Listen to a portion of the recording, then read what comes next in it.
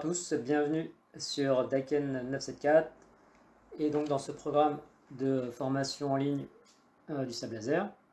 Donc aujourd'hui on va parler de l'arme en elle-même, du sabre laser, donc, puisque c'est important de connaître son outil et puis pour que vous compreniez aussi la suite des explications sur les techniques, etc., de savoir aussi de quoi on parle par rapport à cette arme. Donc elle est composée de deux parties, c'est-à-dire d'une lame, voilà, et puis donc d'une poignée, d'un manche.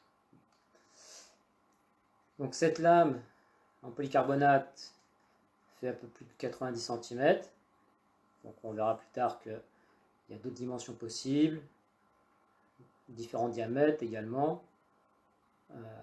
Mais c'est quand même une lame dont la matière permet le combat, qu'il soit chorégraphié ou sportif. C'est-à-dire que c'est à la fois rigide et souple. C'est-à-dire que ça ne va pas trop quand même, à chaque mouvement, ça ne va pas se plier dans tous les sens. Mais ça peut se courber légèrement si vraiment on est très puissant. Après, on verra que ce n'est pas forcément l'intérêt. Mais c'est aussi pour que ça ne se brise pas. C'est surtout ça l'intérêt. Et donc voilà. Donc cette lame peut être aussi décomposée en 4 grandes parties. On va dire une partie proche de la poignée, c'est-à-dire environ 30 cm, avec une partie plus forte, une partie au milieu médiale, et puis une partie plus faible, c'est-à-dire que là on a moins de force sur l'extrémité de la lame, et donc la pointe. De l'autre côté, donc la poignée avec donc le pommeau, donc ici, donc là sur cette arme il n'y a pas de forme particulière, mais il y en a d'autres, voilà, on verra différents modèles, ça peut être plus ou moins proéminent, donc là bon,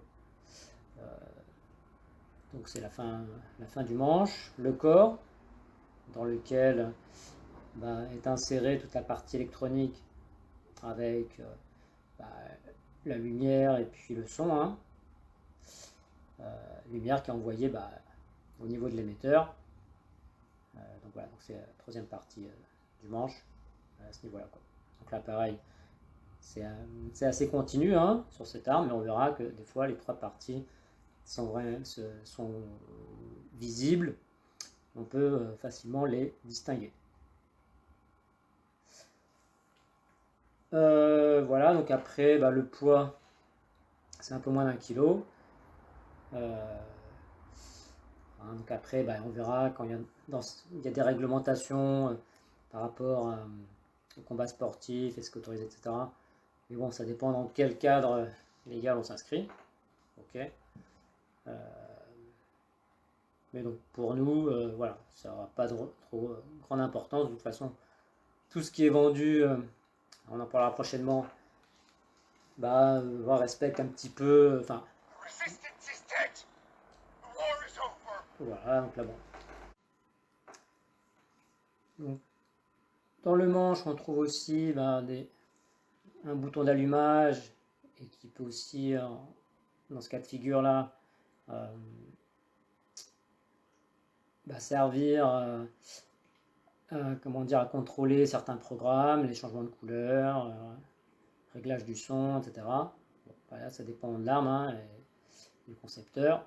Et puis aussi un endroit pour charger, donc là pareil avec des prises qui peuvent être différentes, ce sont les fabricants, mais forcément ces prises sont dans le manche, donc là au milieu, dans le corps, ça peut être à l'arrière, bon voilà, il y a plusieurs endroits possibles.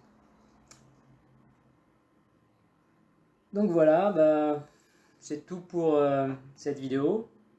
Donc ce qu'il faut retenir, voilà, c'est qu'il y a deux parties, évidemment, mais que ces deux parties se décomposent donc pour la lame en 4 et pour le manche en 3. Voilà. Bon, je vous dis à bientôt pour la prochaine vidéo. Bye bye.